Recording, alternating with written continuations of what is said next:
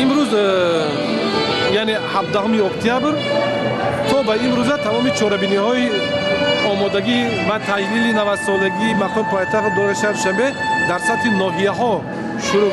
انجام یافتند و امروز به چهاربینی های شهری حسنی آغاز بخشیده شد با قدرگردانی تمام همسالان پایتخت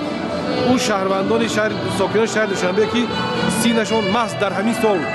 به 90 رسیده است از قدرگردانی با آنها و تمام اون رئیسان شهر، معاونان سابق رئیسان شهر، سابق معاونان رئیس شهر، سابق رئیسان ناحیه های شهر، سابق کارمندان اولی حزبی که در شهر دوشنبه برای پیشرفت شهر دوشنبه سهم گذاشتند، همه آنها در این تالار از جانب رئیس شهر دوشنبه شخصا پذیرفته شد و به هر کدام آنها 1000 سومانی و یک کمک قدردانی ایدانه از جانب شهردار برای تمام زحمت هایی که برای پیشرفت شهر کشیده بودند تقدیم کرده شد. یک صحبت خیلی اختصاصی صمیمی شهرداری دوشنبه به همه آنها صورت گرفت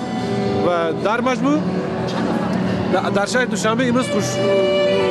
همگی 84 نفر ساکنانی که سینشان محض در همین سال به 90 رسیده است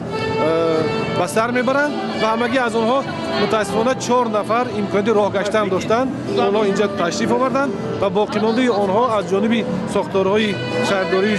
دوشنبه طبق دستور شهردار در رسم تنتنوی هر کدام آنها نیز عیادتشان به جا آورده شد و این کمک‌های شهرداری به آنها رسانده شد.